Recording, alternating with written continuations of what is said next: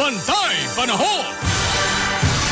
Obet Madrid na po ng Pag-asa na sa ating linya. Obet, magandang umaga sa iyo. Kumusta yung inyong binabantayan na dalawang low pressure area nitong weekend? Obet, good morning.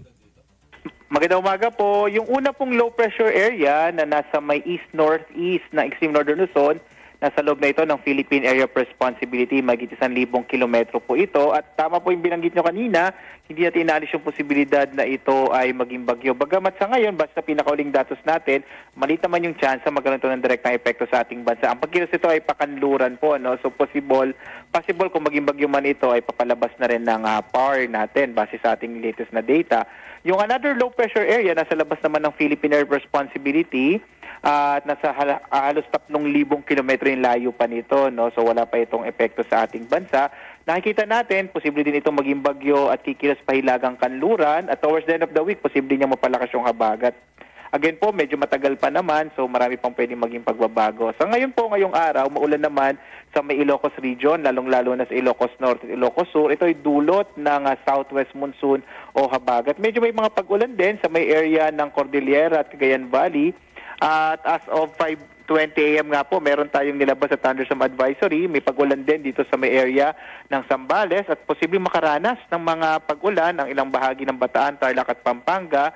Ito po ay dulot ng mga localized thunderstorms, pati na rin po yung southwest monsoon o habagat. Dito sa Kamaynilaan naman, posible pa rin yung pag-ulan mamayang hapon hanggang sa gabi. Sa iba pang bahagi ng ating bansa, generally fair weather, lalo na sa Visayas at Mindanao.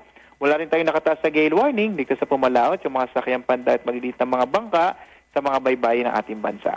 Yung east-northeast na point of reference, nandun yung binabantay low pressure area, hindi pa naman siya nabubuong bagyo. Pero sabi mo, ito man ay mabuo, baka hindi naman ito lumapit, mag-landfall dahil pataas na ito eh. Mukhang malapit-lapit na nga sa China o Japan area. Magkagayon man, meron pa rin possibility na mas sumikat ang haring araw dyan sa bahagyang yan ng Northern Luzon na Obet? Opo, nandun po yung possibility na yon, lalo na bandang Miyerkules po. Ine-expect kasi natin basta datos natin. Pero ngayon hanggang bukas, maulan pa rin at maulap. Opo, at least po maulap. Nakikita natin mababawasan na yung mga pag-ulan at least tomorrow po. At malaki din yung chance na maging fair weather na po tayo dito sa may Northern Luzon, araw po ng Miyerkules. Ay, salamat naman. May mga nakapagpatuloy naman ng labanan itong weekend eh. Yung pangalawang LPA, parang ang direksyon niya pataas. Ano yung mga possibility na tinitingnan dyan na Pag-asa? Sa ngayon po, yung isang possibility po ay pumasok ito ng PAR, medyo malit na yung chance na tumama pa ito sa lupa. Kasi yung mga usual na track naman po ng mga bagyo, pag nabuo ito ng malayo, normally dito lang sa may, gumigilid lang siya sa may boundary po ng PAR. Okay. Sana naman hindi naman mag-iba ihip ng hangin, ano, Obet? At baka sakali maging bagyo, maiba rin ang kanyang direksyon na bumaba siya. Pero mukhang sa pinapakita ng inyong mga data rito, mukhang pataas pa rin siya kahit LPA siya.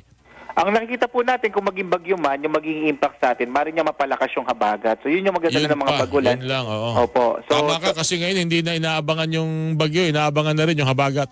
Tama po, lalo na po during this time, September hanggang October. November po kasi papunta na tayo sa amihan. October po, transition period po tayo. So, ang magandang abisuhan na yung mga kababayan natin, lalong-lalo na sa may Visayas. Lalo na yung eastern na Visayas and Mindanao, posible po yung mga pagulan.